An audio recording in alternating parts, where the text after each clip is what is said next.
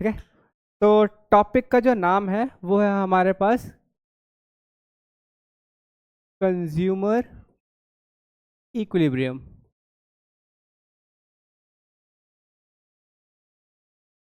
Chapter 2 है आप लोगों की बुक्स का। ठीक है।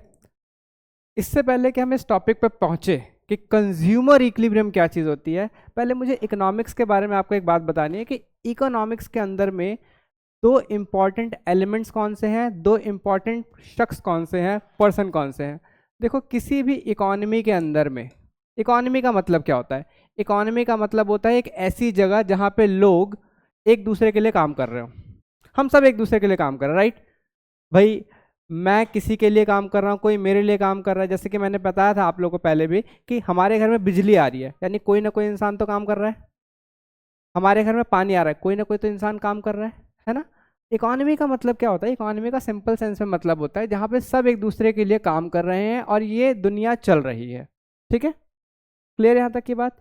इकोनॉमी के अंदर दो इम्पॉर्टेंट पर्सन होते हैं। एक को हम लोग कहते हैं कंज्यूमर और दूसरे को हम लोग कहते हैं प्रोड्यूसर। क्लियर? और ऐसा नहीं है कि आप ये समझो कि कंज्यूमर है तो वो प्रोड्यूसर नहीं होगा और प्रोड्यूसर है तो वो कंज्यूमर नहीं होगा। ये दोनों कहीं कंज्यूमर और कहीं प्रोड्यूसर है। ठीक है, ये दोनों कहीं ना कहीं कंज्यूमर और कहीं ना कहीं प्रोड्यूसर है। फॉर एग्जाम्पल, अगर मान लीजिए एक इंसान मैगी खाता है तो वो मैगी का कंज्यूमर हो गया। लेकिन अगर वो मैगी की कंपनी में काम करता है, नेस्ले की कंपनी में काम करता है और मैगी बनाता है, तो वो फिर क्या बन गया? प्रोड्यूसर। दूसरा एग्जाम्पल, हो सकता है मेरी मिठाई की दुकान हो, मेरी मिठाई की दुकान है तो मैं क्या हूँ? प्रोड्यूसर। ठीक है। लेकिन अगर मैं मूवी देखने जाता हूँ या फिर मैं कोई बेड खरीदता हूँ या फिर कोई सामान खरीदता तो at that point I am consumer. समझ में आई बात? यानी इकोनॉमी के अंदर एक कंज्यूमर है और एक प्रोड्यूसर है और इन्हीं दोनों से इकोनॉमी चलती है। यहाँ तक की बात क्लियर? हाँ या ना? गुड। लेकिन अभी भी सवाल ये है कि कंज्यूमर है कौन, और फिर दूसरी बात कि ये इक्विलिब्रियम की कहानी क्या है। ठीक है, देखो, जो कंज्यूमर है और जो प्रोड्यूसर है, इस दुनिया में जितने भी लोग हैं, कंज्यूमर और प्रोड्यूसर हैं, ये दोनों ही चाहते हैं कि ज़िंदगी में सबसे ज़्यादा खुश रहें। हमारा अल्टीमेट एम क्या है? किसी भी इंसान का अल्टीमेट एम क्या है? क्या एम है आप लोगों का? खुश रहना। अल्टीमेट सबका एम खुश रहना ही है। और क्या करना? मैक्सिमम खुश रहना। हम अपनी ज़िंदगी से यही चाहते हैं ना। अगर हमें बहुत सारा पैसा, बहुत सारी चीज़ें चाहिए तो उसका अल्टीमेट एम यही है कि अपने को खुशी चाहिए, है ना? तो जब हम कहते हैं कि कंज्यूमर किसके लिए काम कर रहा है? मैक्सिमम हैप्पीनेस के लिए काम कर रहा है। और हैप्पीनेस जो भी होता है, ठीक है। और प्रोड्यूसर किसके लिए काम कर रहा है? ये भी आपको मैक्सिमम प्रॉफिट के लिए काम कर रहा है, क्योंकि इसका जो बेनिफिट है, यानी इसको जो वो मिलेगा, खुशी मिलेगी, वो इसको मैक्सिमम प्रॉफिट से मिलेगी। समझ में आ रही है बात? क्लियर हो रही है यहाँ तक की बात? ठीक है। इन दोनों के लिए क्या है कि भाई हमारे को जब मैक्सिमम लेवल पे हम खुश हो जाएंगे तो हम लोग कहेंगे कि वी आर सेटिस्फाइड। समझ में आई बात? यही चीज़, यानी यही चीज़ हम लोग इकोनॉमिक्स में पढ़ते हैं। क्या पढ़ते हैं? कि भाई इन लोगों को मैक्सिमम हैप्पीनेस कब मिलेगी। समझ में आई बात? मैक्सिमम हैप्पीनेस कब मिलेगी। अब वापस से इस टॉपिक पे आते हैं। क्या था हमारा इस टॉपिक का नाम? Consumer equilibrium. यानी हम यहाँ पे क्या कोशिश कर रहे होंगे? यहाँ पे हम ये पता लगाएंगे कि एक कंज्यूमर मैक्सिमम कब खुश होता है। ठीक है, हम लोग मैक्सिमम कब खुश होते हैं। ठीक है, चलो, इतना टॉपिक तो हमें समझ में आ गया। हम और ज़्यादा डिफाइन करेंगे इसे, लेकिन अब पहले इस वर्ड को डिफाइन करते हैं कि हु इज़ अ कंज्यूमर। एक कंज्यूमर कौन है अगर रियल डेफिनेशन देखी जाए तो इसके लिए मैं एक छोटी सी कहानी बताता हूँ और आप लोग बताना कि इस कहानी में कौन कंज्यूमर है। ठीक है, कहानी ज़रा ध्यान से सुनना। ठीक है, एक लड़का होता है, एक लड़की होते हैं और दोनों ही जस्ट फ्रेंड्स होते हैं। ठीक है, जस्ट फ्रेंड्स, समझ रहे हो ना आप? जस्ट फ्रेंड्स, जस्ट फ्रेंड्स है भाई, बिल्कुल आप शक नहीं करोगे। ठीक है, जस्ट फ्रेंड्स। ठीक है, वी आर जस्ट फ्रेंड्स। और ये लोग जाते हैं एक रेस्टोरेंट में खाना खाने। ठीक है, लड़का जो है ऑफ कोर्स ये बात है घर वालों को बिना बताए, ठीक है। हाँ, और फिर घर पे वहाँ पर जाने के बाद, रेस्टोरेंट में जाने के बाद, लड़का जो है वो एक कोल्ड ड्रिंक खरीदता है अपनी जस्ट फ्रेंड के लिए और उसे देता है कि ये लो पियो, ठीक है। यहाँ तक की बात समझ में आई। अब लड़की जो है वो कोल्ड ड्रिंक पीती है और बातचीत हो रही है, कोल्ड ड्रिंक पी रही है, बातचीत हो रही है, बढ़िया एकदम चल रहा। आखिर में पता चलता है कि कोल्ड ड्रिंक के एंड में एक मरा हुआ कॉकरोच है। लड़की कोल्ड ड्रिंक पी चुकी है और जैसे ही लड़की को पता चला कि इसमें कॉकरोच है, वो बेहोश हो गई और गिर गई। लड़का परेशान, क्या करे, तो उठाया और फटाफट जा करके हॉस्पिटल लेके गए, ठीक है। हॉस्पिटल लेके गए, हॉस्पिटल में ले जाने के बाद उसका सब कुछ चीज़ें की, इतने में सारी दुनिया में ढिंडोरा पिट चुका है कि ये दोनों गए थे। क्योंकि ऑफ कोर्स ये बात है, लड़की बीमार हो गई, हॉस्पिटलाइज हो गई, कोई तो पूछेगा ही ना। तो पहले लड़के की हजामत हुई और फिर लड़की की भी थोड़ी सी, है ना। अब फिर एंड में बात ये हुई कि एक काम करते हैं, अब हमारा जितना छीछा लेदर होना था वो तो हो ही गया, है ना। जितना भी समाज में बदनामी होनी थी, लड़के की पिटाई होनी थी, सब हो गई। तो अब क्या कर सकते हैं, तो एक काम करते हैं, और क्या। अच्छा ठीक है। तो इस चक्कर में अब उनका जितने बदनामी होनी थी हो गई, पिटाई होनी थी हो गई। अब उन्होंने क्या कहा कि एक काम करते हैं, केस करते हैं। कंपनी पे केस कर दिया उन्होंने, ठीक है। कोर्ट में केस गया, कोर्ट में केस गया। अब जरा ध्यान से सुनना। लड़की ने जैसे ही केस किया, ये बोला गया ना कि हाँ भाई चलो केस कर दो।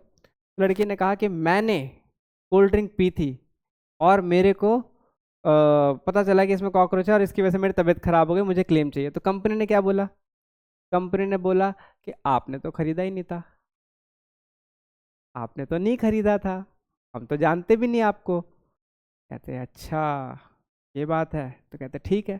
वो जाती है, कहती है सुन, मेरे से तो बात नहीं बनी, तू एक काम कर, तू जाकर ये वो कर दे, तू जाकर के। हाँ, तो वो जाता है, कहता है कि ठीक है मैंने खरीदी थी। कहता है आपने लेकिन पी नहीं थी, कोल्ड ड्रिंक तो आपने पी नहीं, आपने खरीदा, आपने तो पिया ही नहीं। अब बताओ, अब आपसे ये सवाल है आप लोगों से कि कंज्यूमर कौन है, वो लड़की या वो लड़का। बिल्कुल आप जवाब दे सकते हैं। हाँ हाँ बिल्कुल। हम्म। सही बात है। ठीक है।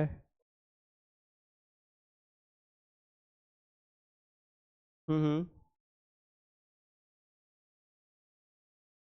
बिल्कुल। ठीक है। हाँ, तो कोर्ट ने पता है क्या जजमेंट दी, आप लोगों ने जो भी दलीलें दी हैं ठीक है, लेकिन कोर्ट ने पता है क्या जजमेंट दी। अगर इस बिना से देखा जाए कि जिसने खरीदा है और जिसने पिया है, उस हिसाब से तो कभी भी एक छोटा बच्चा जो है वो कंज्यूमर नहीं बन पाएगा, क्योंकि वो तो कभी कोई चीज़ नहीं खरीदता। खरीदता है एक छोटा बच्चा, जिसको हम जा कर के ये कौन सा जॉनसन्स बेबी पाउडर लगा देते हैं और पता नहीं कौन कौन सा वो अमूल्स का दूध पिला देते हैं, पता नहीं क्या क्या कपड़े पहना देते हैं, उस हिसाब से तो वो कभी कंज्यूमर नहीं है। और मैं यही समझाना चाह रहा हूँ कि कोर्ट ने ये बोला कि भाई ये कोई तरीका थोड़ी है जिस तरीके से तुम जस्टिफाई करो कंपनी के ये क्या तरीका है। तो सिंपल सी बात ये हुई कि एक कंज्यूमर वो है, अब जरा डेफिनेशन देखना कंज्यूमर की, a person who buys goods and service for satisfaction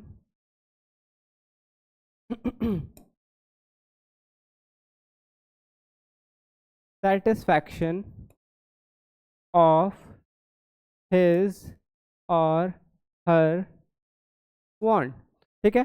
यहाँ पे डेफिनेशन में क्या आ गया, एक पर्सन कौन है, who buys goods and service, buy goods and services, ठीक है, एंड यूजेस इट, ठीक है। मैंने यहाँ पे एक चीज लगाना भूल गया, goods and services and uses it for satisfaction of his और हर वांट। यहाँ तक की बात समझ में आई। एक कंज्यूमर कौन हुआ फिर?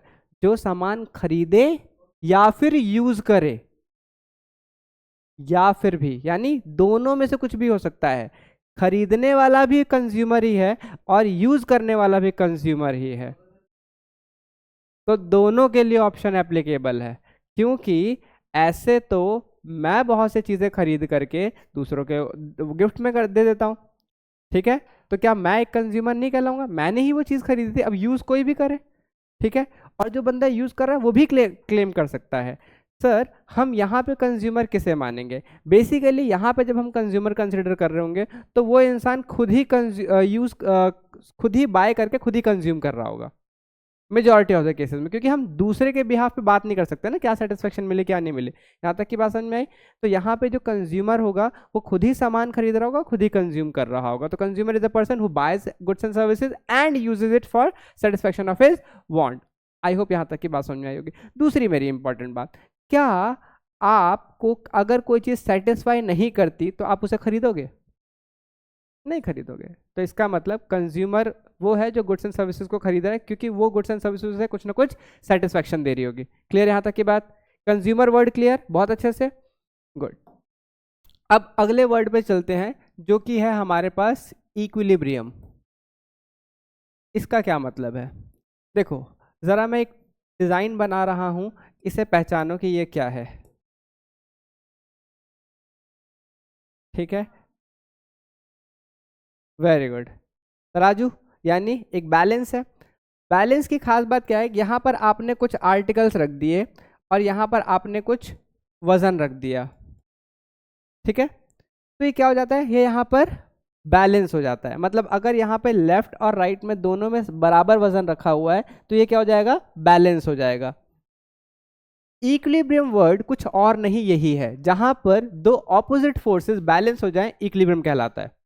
तो ऑपोजिट फोर्सेस अगर बैलेंस हो जाए तो क्या कहलाता है? इक्विलिब्रियम कहलाता है। यहां तक की बात समझ में आ गई? अब जब ये इक्विलिब्रियम में आ जाएगा तो हम कह सकते हैं कि ये एक बेस्ट स्टेट है। समझ में आई बात? अगर ये चीज इक्विलिब्रियम में आ गई तो हम क्या बोलेंगे कि ये बेस्ट स्टेट है, क्योंकि हमें भी तो यही पसंद आता है ना कि भाई आपने कोई काम किया, ठीक है, और आपका जो दो अपोजिट फोर्सेज है अगर वो बराबर आ गए तो आप कह देते हैं ना कि हाँ भैया सबसे बढ़िया सिचुएशन यही है। तो इक्विलिब्रियम एक ऐसी सिचुएशन है जहां पे हम कहते हैं कि बेस्ट सिचुएशन है। तो एक कंज्यूमर के लिए इक्विलिब्रियम कब होगा? एक कंज्यूमर कब कहेगा कि वो अपने बेस्ट सिचुएशन पे है? जब वो जो भी अमाउंट स्पेंड कर रहा होगा, जो भी अमाउंट वो स्पेंड कर रहा होगा उससे मिलने वाली सेटिस्फैक्शन बराबर होगी। जितना पैसा वो स्पेंड कर रहा है, ठीक है, जितना पैसा वो स्पेंड कर रहा है उतनी उसे सेटिस्फेक्शन मिल रही है या उससे ज़्यादा मिल रही है, ठीक है, मेजॉरिटी तौर पे उसके बराबर मिल रही है, तो वो कहेगा कि भैया मैं खुश हूँ। यहाँ तक की बात समझ में आई? अब इसके लिए एक और एग्जांपल लेते हैं। आपने कई बार कुछ मूवीज़ देखी होंगी, ठीक है, और मूवीज़ की टिकट जैसे कि मान लो 500 रुपये की है या 1000 रुपये की है, और आपको मूवी देखने के बाद ऐसा लगा कि भाई साहब मूवी एक नंबर थी, मज़ा आ गया, तो आप क्या कहते हो? एक वर्ड बोलते हो, पैसा वसूल थी। पैसा वसूल का मतलब मैंने जितना पैसा दिया उतनी ही मुझे खुशी मिल गई, उससे ज़्यादा मिली, मेरे को बहुत मज़ा आया, मेरे को पैसे जाने का कोई दुख नहीं। तो आप क्या कहते हो? बेस्ट यही था। उससे ज़्यादा कि आप उम्मीद ही नहीं करते, उससे कम आप जान नहीं रहे हो, ठीक है। दूसरा एग्जाम्पल, मान लो आपने मूवी की टिकट 500 रुपये की है और आपने मूवी देख ली हाउसफुल 5। अब क्या होगा? पैसा बर्बाद। हाउसफुल 5 देख लेता आपका मूड खराब हो जाएगा। हे भगवान, तुम क्या हाउसफुल 5 के उसमें सदमे में आ गए क्या? देख ली क्या तुमने? हाउस हाउसफुल 5 देख लेना। अब मैं यही कह रहा हूँ, सपोज करो तुमने हॉल में देखी है, ठीक है, अगर आपने ये मूवी हॉल में देख ली और हॉल में देखने के बाद आपको रियलाइज हो रहा है कि भाई मेरे तो पैसे गए, पैसे डूब गए, फिर क्या होगा? हम्म, तो आप क्या कहोगे? आपको कहो पैसे डूब गए, बर्बाद हो गए, क्या आप ये खुश हो? क्या आप इसमें अच्छा फील कर रहे हो? नहीं फील कर रहे ना। तो यहाँ पर आप क्या कहते हो कि इक्विलिब्रियम नहीं बैठा। समझ में आई बात? तो इक्विलिब्रियम एक ऐसी सिचुएशन होती है जहाँ पे जितना आप पैसा खर्च कर रहे हो लगभग लगभग उतनी सेटिस्फेक्शन मिल जाए, आप कहते हो वी आर हैप्पी। ठीक है, वी आर सेटिस्फाइड, हम खुश हैं, परमानंद की स्थिति है हमारे लिए, ठीक है, परम आनंद, हाँ परम आनंद, ठीक है, कहीं इधर उधर मत जाना भाई, ठीक है, परमानंद का मतलब बेस्ट सिचुएशन, मोक्ष निर्वाण हो गया अब आपका, ठीक है। आई होप कंज्यूमर और इक्विलिब्रियम वर्ड समझ में आ गया होगा, अभी केवल इतना वर्ड इतना बहुत है हमारे लिए, ठीक है। लेकिन फिर अगली चीज आती है कि ये चीज मेजर करना कितना मुश्किल है कि कंज्यूमर कब सेटिस्फाइड है। क्या हम इस बात को बता सकते हैं कि कंज्यूमर सेटिस्फाइड है? क्या ये बात बोलना इतना इजी है? जैसे कि मैं तुमसे कहूँ कि तुम कब सबसे ज़्यादा खुश हो, तुम कैसे ये बात बोलोगे कि हम कब सेटिस्फाइड है? क्या आप इस बात को डिफाइन कर सकते हो? रिएक्शन से पता चलेगी ना। लेकिन सोचो आप इकोनॉमिक्स के अंदर में ये बात आपको वो करनी है, एस्टैब्लिश करनी है कि हम मैक्सिमम सेटिस्फाइड है। अब आओ इसे समझाते हैं, इसे समझाते हैं। देखो नॉर्मली कंज्यूमर इक्विलिब्रियम को समझाना नेक्स्ट टू इम्पॉसिबल है, लेकिन क्योंकि हम लोग एक सब्जेक्ट पढ़ रहे हैं, इकोनॉमिस्ट हुए हैं इसके अंदर, उन्होंने एक बात बोली कि नहीं भाई आप कंज्यूमर इक्विलिब्रियम को भी समझ सकते हैं अगर आप ये अज्यूम कर लें कि खुशी को नापा जा सकता है, यानी सेटिस्फैक्शन को नापा जा सकता है, ठीक है। तो एक हमारे पास इकोनॉमिस्ट हुए, उनका नाम था J.R. हिक्स, ठीक है, J.R. हिक्स। इन्होंने एक अप्रोच दी और उस अप्रोच का नाम था यूटिलिटी अप्रोच। कौन सी अप्रोच? Utility approach. थोड़ी स्पीड फास्ट कर देता हूं मैं, ठीक है ना।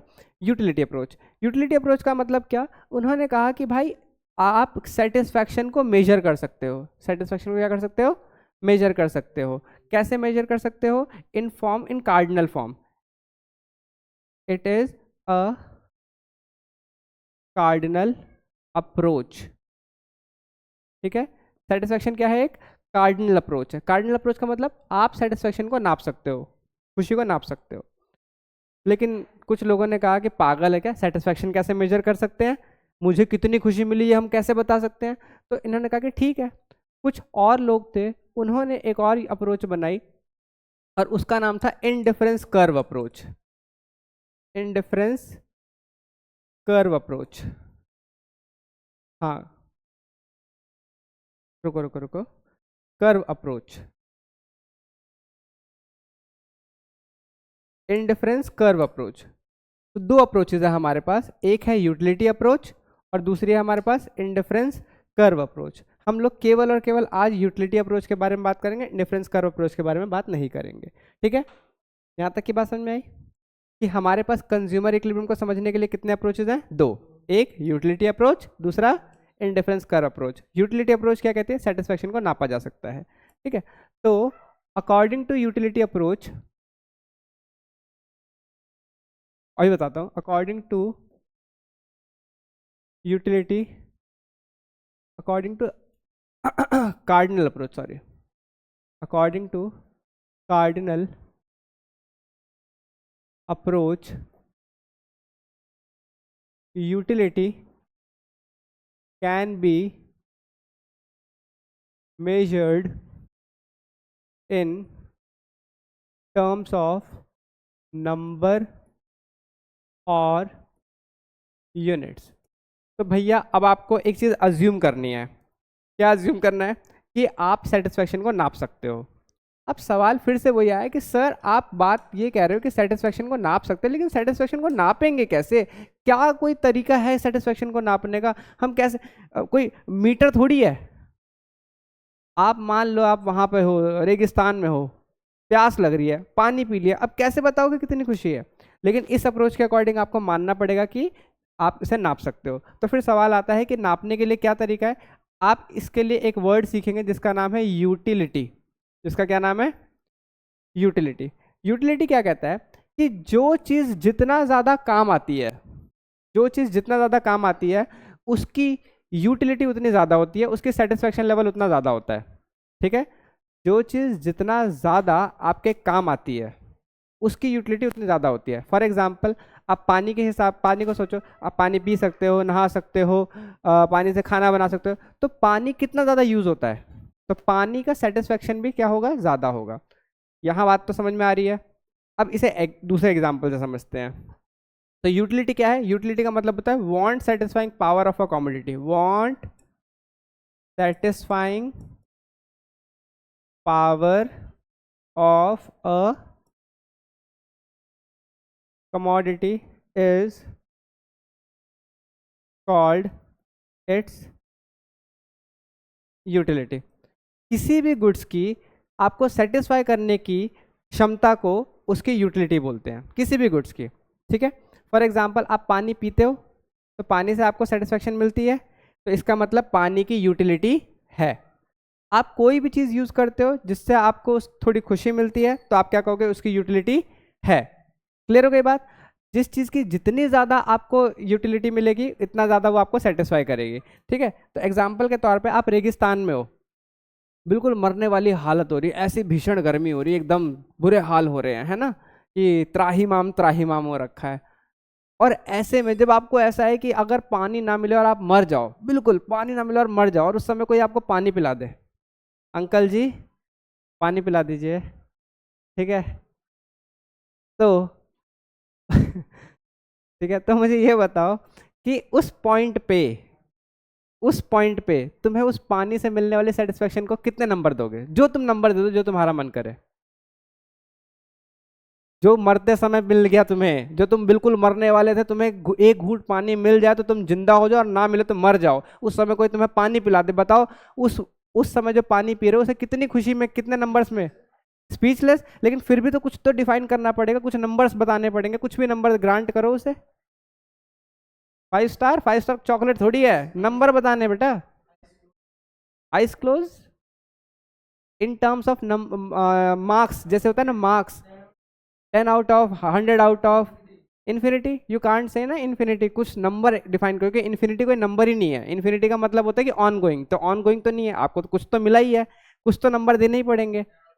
10 आउट ऑफ 10 दे देते हैं, मान लेते हैं, चलो। तो आपने यहाँ पे कुछ एक नंबर दिया, से यस और नो, 10 दिया, यानी फर्स्ट ग्लास ऑफ वाटर ने आपको 10 की सेटिस्फेक्शन दी। अब फिर थोड़ी देर बाद मैंने आपको फिर पानी पिलाया, तो क्या वो उतनी ही खुशी दे रहा होगा जो आपको फर्स्ट टाइम मिल रही है? अब देखो यहाँ पे इस बात को समझो, क्या आप यहाँ पे सेटिस्फेक्शन को मेजर नहीं कर रहे? पहली वाली बारी में कह रहे हो कि बहुत ज़्यादा मिल रही है, दूसरी वाली बारी में ये नहीं कह रहे हो कि कम मिल रही है, यानी नंबर दे सकते हैं, हाँ या ना? तो हम यहाँ पे नंबर देने की कोशिश करेंगे। 10 है तो फिर आप इसे क्या कर सकते हो? 8 दे दोगे दूसरे वाले ग्लास में। फिर एक ग्लास पानी दे दिया, आप फिर थोड़ा 6। अब जरा ध्यान से देखो, क्या आप सेटिस्फेक्शन को मेजर नहीं कर रहे? कर रहे हो। तो बताओ जे.आर. हिक्स क्या गलत कह रहे थे? सही कह रहे थे कि satisfaction can be measured, it can be given numbers. फिर सवाल ये आया कि भाई ठीक है तुम नंबर दे रहे हो दे दो, लेकिन ये 10 क्या, 8 क्या और 6 क्या? भाई हाइट को किसमें मेजर करते हो? हाइट को मेजर करते हो आप लोग फीट में, है ना? फीट्स में मेजर करते हैं ना, 4 फीट 5 फीट ऐसी हाइट मेजर होती है। डिस्टेंस को किसमें मेजर करते हो? हाँ, मीटर में, किलोमीटर में। वेट को किसमें मेजर करते हो? हाँ, किलोग्राम्स में। सेटिस्फेक्शन को किसमें मेजर करते हो? यूटिलिटी अप्रोच में। लेकिन क्या नंबर्स क्या दोगे? ये 8 क्या, जैसे 10 किलोग्राम, लेकिन ये 10 क्या, 10 यूटिलिटी नहीं। यहाँ पे जो कीवर्ड है, यानी यहाँ पे जो मेजरिंग यूनिट है, वो है हमारे पास यूटिल्स। यानी अगर आपको सेटिस्फेक्शन को मेजर करना है तो आप किस टर्म्स में मेजर करोगे? In terms of utils. समझ में आई बात? तो यहाँ पे हम क्या बोलेंगे? एक से कितने की सेटिस्फेक्शन मिली? 10 यूटिल्स, 8 यूटिल्स, 6 यूटिल्स। अब बताओ क्या सेटिस्फेक्शन को मेजर कर सकते हैं? किस में कर सकते हैं? Very good. ठीक है, तो अगला जो वर्ड मिलता है हमारे को, वो मिलता है utils. What is utils? it is the measuring unit of, very good, satisfaction और यूटिलिटी। समझ में आई बात? तो अब आपको कभी भी ऐसे नहीं कहना कि बहुत खुशी मिली, आप कहोगे 10 की खुशी मिली, 10 यूटिल की खुशी मिली, 20 की खुशी मिली, जो भी आप डिफाइन करते हो। आई होप यहाँ तक की बातें बिल्कुल क्लियर हो गई। मैंने आपको कंज्यूमर बताया हुआ है, मैंने आपको इक्विलिब्रियम बताया हुआ है, मैंने आपको बताया कि कंज्यूमर की सेटिस्फेक्शन को मेजर किया जा सकता है। उसके लिए जे.आर. हिक्स ने एक अप्रोच दिया जिसका नाम है यूटिलिटी अप्रोच। यूटिलिटी का मतलब होता है कोई गुड्स आपको कितना सेटिस्फेक्शन दे सकती है, और सेटिस्फेक्शन को जितने सेटिस्फेक्शन दे सकती है उसे हम मेजर कर सकते हैं इन टर्म्स ऑफ यूटिल्स। ठीक, अब यूटिलिटी दोस्तों दो तरीके की होती है। यूटिलिटी कितने तरीके की होती है? दो तरीके की। एक को हम लोग कहते हैं टोटल यूटिलिटी, और एक को कहते हैं, दूसरे को हम लोग कहते हैं मार्जिनल यूटिलिटी। ठीक है, एक को हम लोग क्या कहते हैं? टोटल यूटिलिटी, और दूसरा होता है हमारे पास, वेरी गुड, मार्जिनल यूटिलिटी। ठीक है, इसको भी समझते हैं। मान लीजिए फिर से वो आप लोगों को खाने में क्या पसंद है? आपको खाने में क्या पसंद है बताइए, कुछ भी बताइए फटाफट। ठीक है, आपको नूडल्स पसंद है।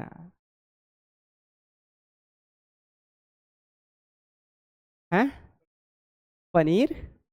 ये कैसे एग्जाम्पल मिल रहे हैं मुझे क्लास में? पनीर? अब पनीर, कच्चा पनीर खाते हो क्या? चलो अच्छी बात है, मान लेते हैं। चलो जो भी एग्जाम्पल्स हमें मिल रहे हैं, हम एक कोई भी फेवरेट डिश मान लेते हैं। ठीक है, लेट्स से बर्गर मान लेते हैं। ठीक है, बर्गर के अंदर पनीर भी है और जो कुछ चीज़ें भी हैं। हाँ हाँ हाँ हाँ ठीक है, तो मान लीजिए अब आप फर्स्ट बर्गर खाते हैं, तो आपको 20 की सेटिस्फेक्शन मिल गई, 20 यूटिल्स की सेटिस्फेक्शन मिल गई। आया ना? बोले यहाँ तक? अब आपके अंदर कितनी सेटिस्फेक्शन है? 20 यूटिल्स की। आपने सेकंड बर्गर खाया, सेकंड बर्गर खाने से कितनी खुशी मिलेगी? इतनी ही मिलेगी, थोड़ी कम मिलेगी, थोड़ी ज़्यादा मिलेगी? कम मिलेगी, बताओ कितना, जो आप बोल दो। 15? चलो 15 कर देते हैं। अब 20 तो ऑलरेडी आपके अंदर है, एक और बर्गर खाने से आपको जो सेटिस्फेक्शन मिल रही है वो 20 में ऐड हो जाएगी। 20 में, हाँ भाई 20 तो ऑलरेडी है ना, 15 और ऐड होगा, तो टोटल कितना हो जाएगा? नाइस, 20 + 15। ठीक है, मैथ्स कमजोर है लोगों की, लेकिन कोई बात नहीं। अब आपने एक और बर्गर खाया, थर्ड बर्गर, अब बताओ उससे कितनी खुशी मिलेगी? आपने कहा कि सर उतनी खुशी तो नहीं मिलेगी, 10 के करीब मिलेगी। 10 के करीब अगर खुशी मिलेगी तो पहले बर्गर को खा के 20 था, फिर दूसरा बर्गर खाया 15 और अंदर गया, अगला बर्गर और खा रहे, थोड़ी कम खुशी मिल रही है। आपने कहा 10 मानते हैं, तो 10 की खुशी, तो अब हमारे अंदर टोटल खुशी कितनी है? वेरी गुड, नाइस, बहुत ही बढ़िया बच्चे हो यार आप लोग। चौथा बर्गर खाएंगे हम, आज बर्गर खिला खिला के पागल कर दूंगा मैं। ठीक है, एक और बर्गर खाते हैं हम। मुझे बताइए, आपने ये चौथा बर्गर खाया है, अब कितनी खुशी मिलेगी इससे? अरे खा ले रहा है, बहुत ही बॉडी बिल्डर आदमी है। 5 और मिल रही है, 50। पांचवा बर्गर आप उसे ऑफर कर रहे हो, तो मना कर देगा वो, कहेगा बस भाई 4 बर्गर ऑलरेडी खा चुका हूँ। हैं? लेकिन फिर वो ऐसे नहीं खाओगे ना कि आपने बहुत ज्यादा मन से खा रहे हो, आप ऐसे खाओगे कि चल पड़ा है तो ला खा लेते हैं जबरदस्ती। अच्छा कतई जानवर इंसान हो भाई है ना? 4 के बाद उसे खाने का मन नहीं करेगा। पांचवा बर्गर जो है वो अगर खा भी ले तो उसकी सेटिस्फेक्शन में कोई इंक्रीज नहीं होगा। से यस और नो? समझ में आई बात? Now this is nothing but total utility. और क्या था ये? कोई? हाँ, इसका मतलब यही है ना कि उसे और खुशी नहीं मिल पा रही, उससे और ज्यादा नहीं खा रहा। ऐसे तो हम लोग करते हैं, हम लोग खाते हैं खाते खाते हम कब छोड़ देते हैं यार, अब मन नहीं कर रहा, हम बोलते हैं ना अब मन नहीं कर रहा, भूख। अकबर? अकबर क्या मतलब? अच्छा अच्छा, समझा देना। ठीक है, तो अब टोटल यूटिलिटी क्या है? अब टोटल यूटिलिटी वो लाइन सुनो कि इसे डिफाइन कैसे किया जाता है।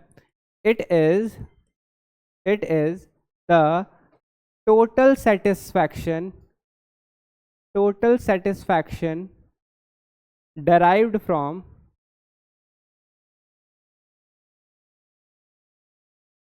derived from consuming all units of a commodity, sorry मैंने, कोई नहीं मैं भेज दूंगा आपको, आपने मुझे बताया नहीं था ना, आप मुझे मैसेज करके बता दीजिए, आपको सारे लिंक्स मिल जाएंगे, सारे के सारे रिसोर्सेज मिल जाएंगे, ठीक है। क्या कहता है देखो, it is the total satisfaction derived from consuming all units of a commodity. यानी अगर कोई आपसे पूछ ले कि बताओ भाई 4 बर्गर खाने के बाद कितनी खुशी मिली टोटल, तो क्या बोलोगे? शाबाश, क्योंकि 4 खाने के बाद कितनी है खुशी मेरे अंदर? 50 की। समझ में आई बात? कोई आपसे पूछे कि 3 बर्गर खाने के बाद कितनी खुशी मिली? 45। तो ये बेटा टोटल में है ना, क्योंकि तीनों का मिला करके बता रहे हैं ना हम, तो ये होता है टोटल यूटिलिटी। कोई दिक्कत, कोई परेशानी? क्या यहाँ तक कोई भी कंफ्यूजन है आप लोग को? बिल्कुल भी नहीं होगी, ठीक है। अब हम बात करते हैं कि इसका एक फॉर्मूला भी होता है, टोटल यूटिलिटी। अरे चेंज हो जा भाई, ओहो क्या चेंज हो रहा है देख रहे हो? ये देखो, total utility n is equals to marginal utility n, sorry marginal utility, हट जा भाई हट जा, marginal utility 1 plus marginal utility 2 plus marginal utility n, यानी total utility is nothing but sigma marginal utility n, ठीक है। ये फॉर्मूला हो गया। लेकिन अभी आपको ये बात समझ में नहीं आ रही कि ये फॉर्मूला कह क्या रहा है, क्योंकि अभी मैंने आपको नहीं समझाया कि मार्जिनल यूटिलिटी क्या है। अब एक बात समझो, या मुझे इस बात को बताओ, अगर कोई पूछे आपसे कि 3 बर्गर खाने पे कितने की खुशी मिली, आपने कहा 45, लेकिन मैं ये पूछूं कि तीसरा बर्गर खाने पे कितने की खुशी मिली थी?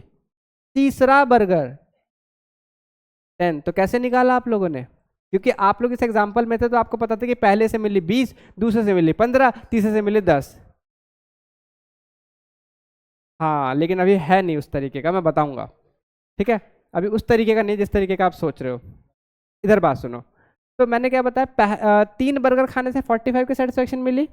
मैं पूछ रहा हूँ तीसरे बर्गर ने कितने की दी, तो ये आप लोग कैसे निकालोगे? आप लोगों को, क्योंकि इस एग्जाम्पल में आप लोग साथ थे तो आपको पता था कि पहले से 20 की मिली, दूसरे की से कितनी मिली थी 15, और तीसरे से कितनी मिली थी 10। लेकिन निकालनी पड़ जाए तो कैसे निकालोगे? ध्यान से देखो, आपको पता है कि यहां तक में 1 बर्गर था अंदर, तो 20, यहां से यहां तक में कितना ऐड हुआ ना?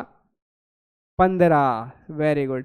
तो मैं ऐसे कह सकता, ऊपर से नीचे जब आए तो हम लोगों ने इसमें 15 ऐड कर दिया था, यानी इसमें 15 ऐड किया, ये बन गया, और इसमें फिर हमने यहां से यहां में 10 ऐड किया तो ये बन गया।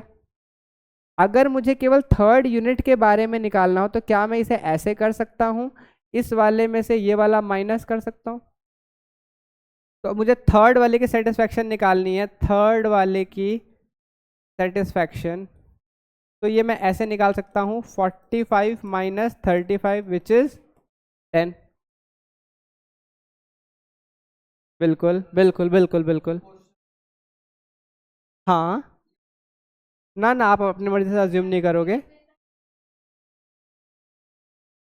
हाँ ठीक है, चिंता मत करो। यहाँ तक की बात समझ में आई कि नहीं आई? यहाँ तक की बात समझ में आई कि अगर आपको सेटिस्फेक्शन निकालना है किसी एक पर्टिकुलर यूनिट का, आई गया, टोटल यूनिट का नहीं, किसी एक पर्टिकुलर यूनिट का, जैसे कोई आपसे पूछे फोर्थ से बताओ कितने की खुशी मिली, तो फोर्थ का कैसे निकालोगे? फोर्थ पे तो 50 दिख रहा है, यानी 4 यूनिट का 50 है। चौथी यूनिट का कैसे निकालेंगे? हमें पता है 3 यूनिट तक 45 था, चौथे तक आते आते 5 और ऐड हुआ, तो यानी जो चौथे ने जो ऐड किया वो कितना किया? 5। तो इसे क्या कहते हैं? मार्जिनल। अब मार्जिनल का क्या मतलब होता है? आप लोगों ने अपना शीट ऑफ पेपर देखा होगा, आप लोगों के कॉपी में एक शीट होता है, उसमें यहाँ पर इस तरीके से एक मार्जिन बना होता है ना, थोड़ा सा। मार्जिन का मतलब ही होता है एक्स्ट्रा। मार्जिन का क्या मतलब होता है? एक्स्ट्रा। तो बेसिकली मार्जिनल यूटिलिटी क्या बताता है कि अगर आप एक एक्स्ट्रा यूनिट बढ़ाते हो तो कितना और ऐड हुआ है सेटिस्फेक्शन। अगर आप एक यूनिट यहां से एक फालतू बढ़ाया तो यहाँ पे कितनी सेटिस्फेक्शन ऐड हुई? 15। यहां से एक और बढ़ाया तो फिर कितनी सेटिस्फेक्शन ऐड हुई? 10। यानी ये कौन बताएगा? मार्जिनल, कि एक बढ़ाने से कितनी खुशी ऐड हो रही है। समझ में? ये मार्जिन में डील करता है, थोड़ा बढ़ाने पे कितना बढ़ रहा है। तो मार्जिनल यूटिलिटी की डेफिनेशन क्या है? It is the satisfaction, yeah, it is the extra satisfaction derived from consuming one extra unit of a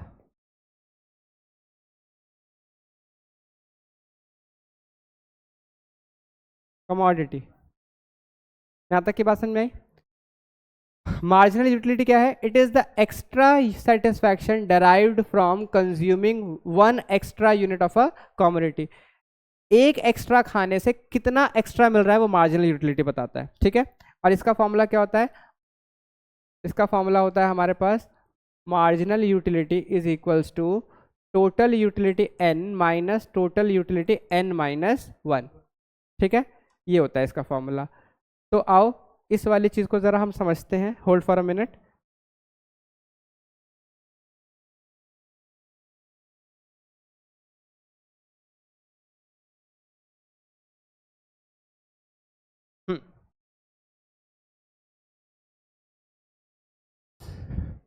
हाँ जी, तो अब इस एग्जांपल में ज़रा हम देखते हैं. मैंने कहा था टोटल यूटिलिटी निकालने को. सपोज करो मैं इस वाले को मिटा देता हूँ. ठीक है, इस वाले को मिटा देता हूँ और मैं आप लोगों से कहता हूँ कि बताओ फोर्थ यूनिट पे हमारे पास कितनी सेटिस्फेक्शन है. ठीक है, या फिर मैं इसे ऐसे नहीं करता हूँ, रुको, इसे मैं ना यहाँ पे हम लोग 50 रहने देते हैं. ठीक है, टोटल यूटिलिटी अगर मुझे निकालनी है तो पहले हम मार्जिनल यूटिलिटी के बारे में बात कर लेते हैं. टोटल यूटिलिटी छोड़ो, मार्जिनल के बारे में निकालते हैं. अगर कोई कहे सेकंड पे कितना था तो हम लोग निकालेंगे mu2. mu2 is equals to, formula क्या है? Total utility 2 minus total utility 2 minus 1 1. उस हिसाब से कितना हो जाएगा? टोटल यूटिलिटी कितना है यहाँ पे? सॉरी 35 है ये. अरे तो यहाँ पे आ जाएगा 35. इससे एक पहले वाला है यानी 20. तो बताओ मार्जिनल यूटिलिटी कितना आ गया? 15. जानते हो ना, सेकंड को खाने से 15 की खुशी तो मिली थी, है ना? सेकंड को खाने से 15 की खुशी तो मिली थी. तो यहाँ पे अगर मैं मार्जिनल यूटिलिटी का बनाऊँ तो यहाँ पे क्या हो जाएगा? 15, पहले वाले से मिली थी 20. कोई आपसे बोले थर्ड पे बताओ, तो हम थर्ड पे कैसे निकालेंगे? mu3 इज इक्वल्स टू क्या हो जाएगा? Very good, tu3 minus tu2. कैसे? 3 माइन, बेटा यहाँ पे ये देखो, हमने फॉर्मूला क्या है? n, यानी जो यहाँ पर है वही यहाँ पर -1 होगा. तो 3 है तो 3 यहाँ पर है, 3 यहाँ पर है, ये 3 ही रहेगा, लेकिन यहाँ पे 3 माइनस 1 होकर 2 हो जाएगा. यानी जो भी है उससे एक पहले वाला. तो tu3 कितना है? 45. tu3 कितना है? tu2 कितना है?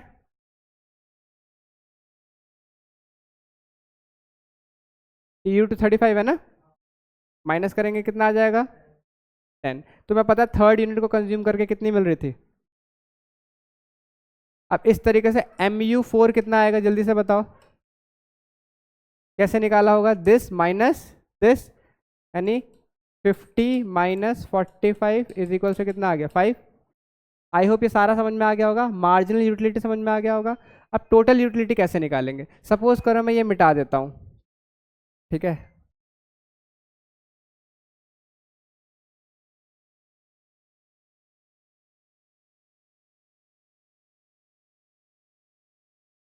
इधर देखो, 20, 15, 10 और यहाँ पर कितना था?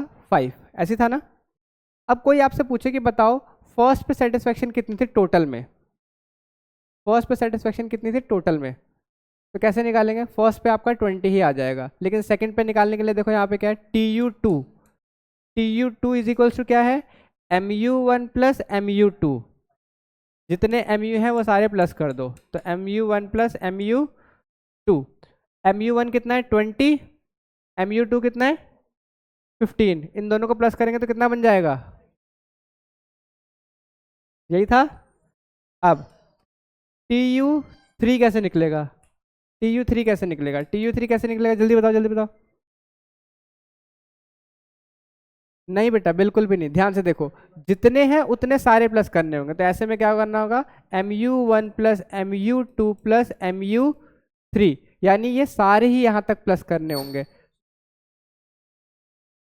tu5 तो वहां तक के mu1, हाँ 5 तक सारे ऐड करने पड़ेंगे। ठीक है, तो यहाँ पर कितना हो जाएगा बताओ, ये हो जाएगा पहला था हमारे पास mu1 है 20, फिर है हमारे पास 15, और फिर है हमारे पास 10, 20, 15 और फिर 10, यही तो।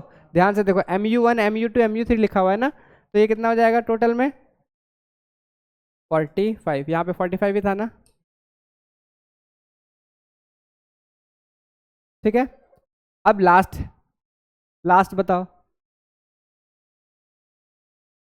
हाँ, तो ऐसे में क्या होना, tu4 is equals to mu1 plus mu2 plus mu3 plus mu4, जो कि हो जाएगा हमारे पास 20 plus 15 plus 10 plus 5 is equals to 50। I hope total utility दोनों के बारे में आइडिया लग गया होगा। क्लियर यहाँ तक की बात, सारी बात समझ में आई? Very very good. अब आप लोगों के लिए एक छोटा सा काम, आपको क्या लगा कि मैं आप लोगों को बस यही दे के छोड़ दूंगा?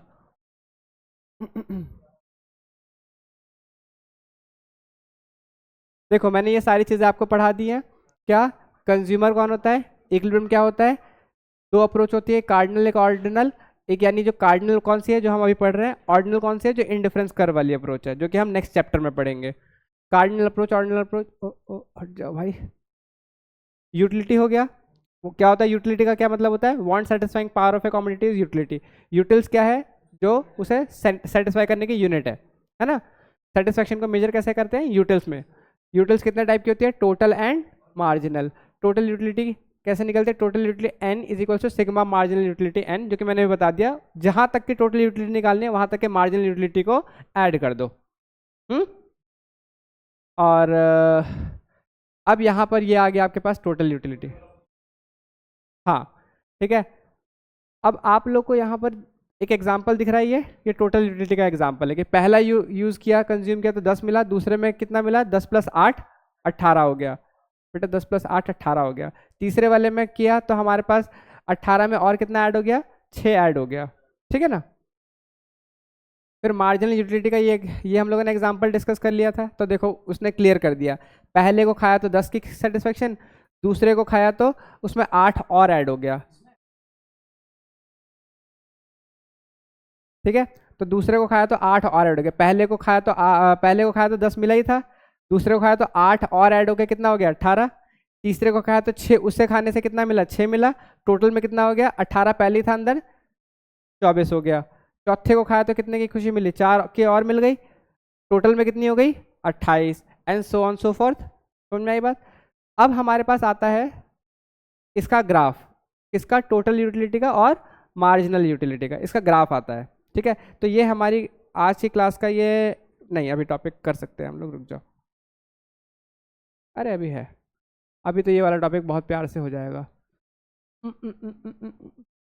आ गया ना। हाँ, 1 2 3 4 एंड 5, यहाँ पे कितना था हमारे पास, 20 20 35, उसके बाद कितना था 45 50 एंड 50, यही था ना, यही था ना। इसका ग्राफ प्लॉट करते हैं,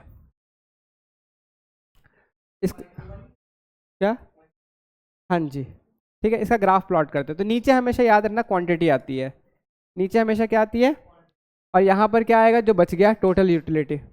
मैं यहाँ पे 10 10 के गैप पे देता हूँ, यानी ओ सॉरी 5 5 के गैप पे देता हूँ, 5 10 15 20 25 30 35 40 45 एंड 50। यहाँ पे रख देते हैं हम लोग 1 2 3 4 5 एंड 6। ठीक है, 1 पे कितना है, 1 पे है 20, तो 1 पे कितना आ जाएगा 20। 2 पे कितना है 35, तो 2 पे हम लोग रख देते हैं 35। दिख रहा है? हाँ, थर्ड पे कितना है 45, तो 3 पे है हमारे पास 45, 45 कहाँ पर है, ये रहा। फोर्थ पे कितना है 50, तो फोर्थ पे है 50, फिफ्थ पे भी कितना है 50। अगर मैं इसे और सिक्स्थ बनाऊं तो ये सेटिस्फैक्शन, हाँ बिल्कुल, हाँ वो नीचे आ जाएगा, बिल्कुल सही पहचाना आपने। अब जरा क्या बता रहा हूँ, अब ये डायग्राम कैसा बन रहा है, ये डायग्राम बन रहा है कुछ इस तरीके का। तो ये डायग्राम किसका होता है, टोटल यूटिलिटी का। समझ में आई बात? टोटल यूटिलिटी का डायग्राम होता है।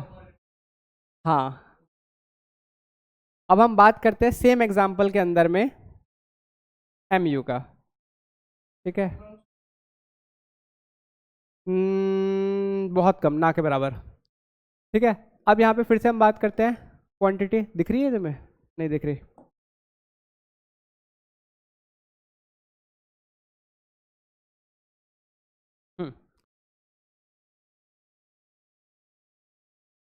क्वांटिटी 1 2 3 4 एंड 5, टोटल यूटिलिटी थी हमारे पास 20 35, फिर 45 50 एंड 50। मार्जिनल यूटिलिटी कितनी थी, मार्जिनल यूटिलिटी पहला 20 था, दूसरा कितना था 15, तीसरा कितना था 10, चौथा 5, फिर यहाँ पर 0, यही था ना? आओ इसका ग्राफ बनाए, 1 2 3 4 5, 1 2 3 4 एंड 5, 1 2 3 4 5 6 7 8 9।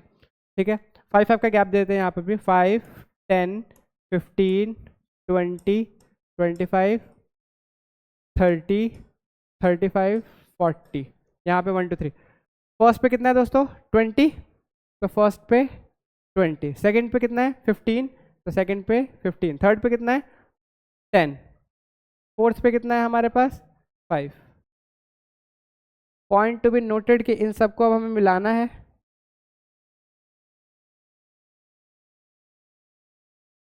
मार्जिनल यूटिलिटी का डायग्राम कैसा बना, नीचे की तरफ बना। समझ में आई बात? अब जरा ध्यान से देखो इन दोनों को, इन दोनों डायग्रामों को देखना, दोनों डायग्राम दिख रहे हैं एक साथ। टोटल यूटिलिटी का डायग्राम इस तरीके से, मार्जिनल यूटिलिटी का डायग्राम नीचे की तरफ बनता है। ठीक है, अगर इन दोनों डायग्रामों को एक दूसरे के नीचे हम लोग बना दें, होल्ड ऑन, इन दोनों डायग्रामों को हम कुछ इस तरीके से कर दें, एक दूसरे के जस्ट नीचे, एक और दो। ठीक है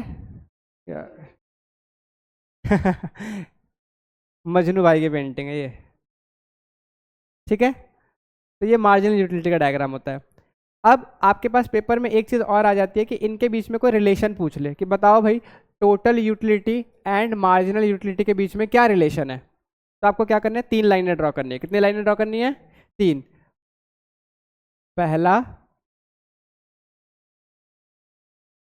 दूसरा, ये बिल्कुल ऐसे ही बनता है, ये थोड़ा मैंने आगे पीछे बना दिया है इस वजह से ऐसा लग रहा है, वरना एग्जैक्टली इसके नीचे बनाओगे।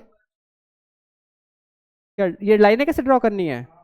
अरे हाँ, गुड गुड गुड, ये सही सवाल कह रहे कि सर ये आपने ड्रॉ तो कर दिया, कैसे ड्रॉ होगा, आपने तो अपनी मर्जी से बस बना दिया, कैसे होगा दोस्त? आओ समझाता हूँ।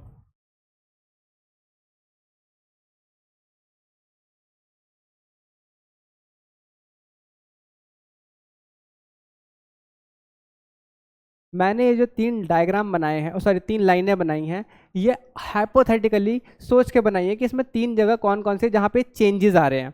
देखो पहला जो है लाइन आप कहीं पे भी यहाँ पे ड्रॉ कर दो, यहाँ पे ड्रॉ कर दो, मैं कहीं पे भी ड्रॉ कर रहा हूँ, ऐसा कुछ नहीं है कि मैंने कुछ देख के ड्रॉ किया है, एम ही।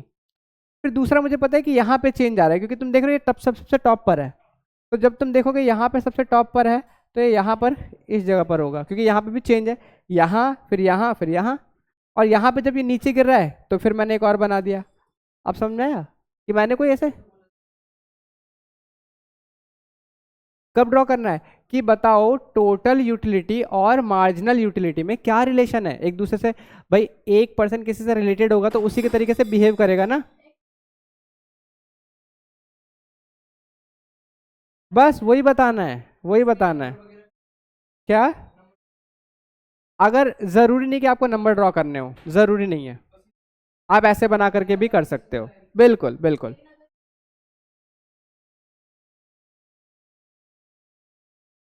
हाँ हाँ, यहाँ तक की बात समझ में आई।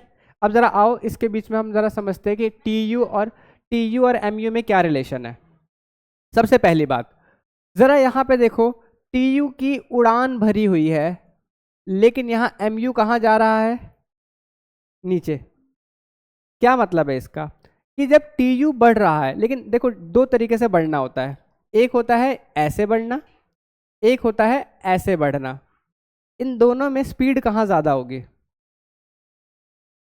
ये वाली स्पीड ज़्यादा होगी या ये वाली स्पीड ज़्यादा होगी? ये वाली स्पीड ज़्यादा होगी, क्योंकि ये क्या बता रहा है कि ये बढ़ते बढ़ते बढ़ते बढ़ते बहुत बढ़ रहा है। लेकिन ये बता रहा है कि बढ़ तो रहा है, लेकिन इसकी स्पीड उतनी ज़्यादा नहीं है। तो दोस्तों अगर स्पीड बढ़ रही है, यानी 10, फिर उसके बाद 20, या मैं ऐसे कहता हूँ उसके बाद 50, फिर 100, फिर 500, ऐसे बढ़ रही है, तो इस स्पीड को बोलते हैं इंक्रीजिंग स्पीड। कौन सी स्पीड बोलते हैं? इंक्रीजिंग स्पीड या इंक्रीजिंग रेट। लेकिन अगर ऐसे बढ़ रहा है, 10, फिर 8 बढ़ गया, फिर 6 बढ़ गया, फिर 4 बढ़ गया, तो इसको कहते हैं डिक्रीजिंग रेट। इसको क्या कहते हैं? Decreasing rate. इसको समझाने के लिए एक और एग्जांपल लेता हूं मैं। मान लो तुम सुबह लेट हो रहे हो अपने स्कूल के लिए, ठीक है? स्कूल जाने के लिए तुम लोग लेट हो रहे हो, तो तुम स्कूल कैसे जाते हो? भागते हुए जाते हो, और हर पॉइंट पे अपनी स्पीड बढ़ाते रहते हो। हर पॉइंट पे स्पीड बढ़ाते हो कि जितनी जल्दी से जल्दी हो सके मैं अपने स्कूल पहुंच जाऊं। At that point of time आपकी स्पीड कैसी होगी? यानी आपका स्पीड जो होगी इंक्रीजिंग रेट में होगी, आप हर पॉइंट पे और तेज भागने की कोशिश कर रहे होगे। समझ में आई बात? अब उल्टा सेम, आप घर आ रहे हो, स्कूल से घर आ रहे हो, तो घर आते हो तो कैसे आते हो आप लोग?